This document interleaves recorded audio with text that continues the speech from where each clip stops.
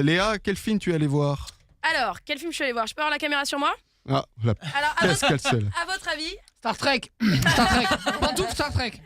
Les miches du boulanger. Toujours la grande classe. Quel culot. Tu es quelqu'un à la face. pénalité de 2 minutes, tu sors et tu reviens. Non, bon, j'ai été voir Rogue One, A Star Wars Story.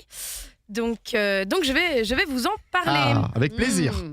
Alors, les scénaristes hollywoodiens sont incroyables, déjà. Là où on croyait qu'il n'y avait plus rien à raconter, on réussit à écrire un film de 2 heures qui tient la route à partir de quelques phrases. Les toutes premières phrases du texte déroulant le plus connu du monde, celui d'Un Nouvel Espoir, sorti en 1977, une simple phrase qui pitch tout, que je vais vous lire. C'est une époque de guerre civile. À bord de vaisseaux spatiaux opérant à partir d'une base cachée, les rebelles ont remporté leur première victoire sur le maléfique Empire galactique. Au cours de la bataille, des espions rebelles ont réussi à dérober les plans secrets de l'arme absolue de l'Empire, l'étoile de la mort. Voilà, donc ça, c'est l'ouverture du tout premier film Star Wars, un film devenu culte et même plus, et c'est le résumé avec la fin, bien sûr, de ce nouvel opus. Car oui, on va voir ce film en connaissant la fin. Alors, quel est l'intérêt? L'intérêt n'est pas dans la destination, mais bien dans le voyage. À force de quel sacrifice et de quel courage nos héros vont-ils réussir à obtenir ces plans pour détruire l'arme absolue de l'Empire, l'étoile de la mort? Je disais donc, les scénaristes sont incroyables et on peut les nommer puisqu'ils sont un peu connus. Chris Weitz et Tony Gilroy. Ils nous livrent une histoire cohérente là où il n'y avait pas d'histoire. Là où depuis 40 ans, on se contente d'une simple phrase en début de film alors qu'il s'agit maintenant d'une évidence presque indécente. Il s'agit d'informations qu'on ne peut plus ignorer quand on reverra, avec plaisir bien sûr, l'épisode Un Nouvel Espoir, car le film, malgré sa revendication, à raison d'être hors de la saga, s'inscrit parfaitement en préquel à l'épisode 4. On va commencer par les 2 petits bémols, puis je pourrai enfin déclarer ma flamme à Rogue One. Vous voyez, moi aussi, je vous livre la fin de ma chronique. Donc le premier bémol, c'est Forest Whitaker. Donc Forest Whitaker joue dans le film, il est complètement hors de propos. Il cabotine, il réduit en cendres un rôle pourtant clé, un rôle charismatique qui frise à cause de lui le ridicule.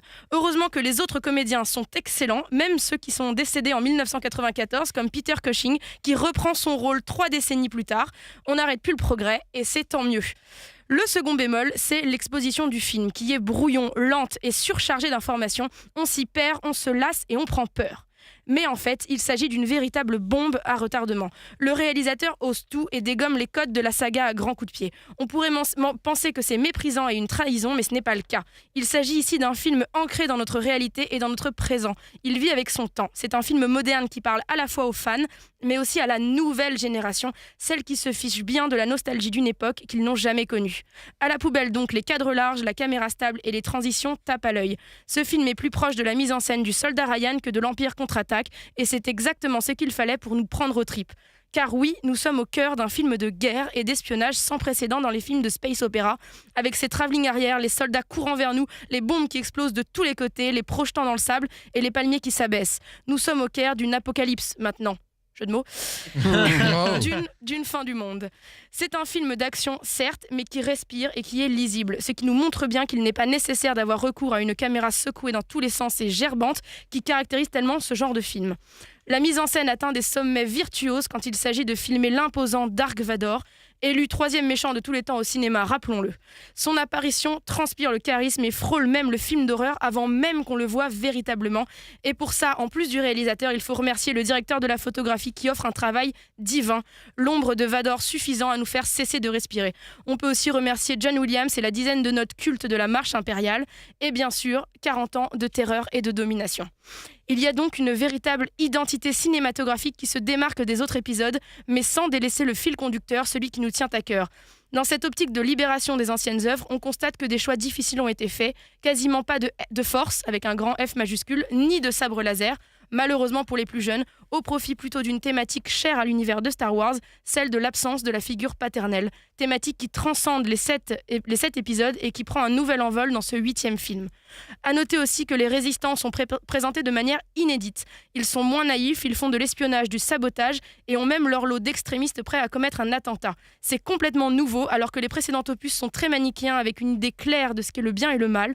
On se retrouve ici sans antagoniste clair où les méchants ne sont pas la bonté incarnée. On rompt donc définitivement avec la morale enfantine et convenue du retour du Jedi.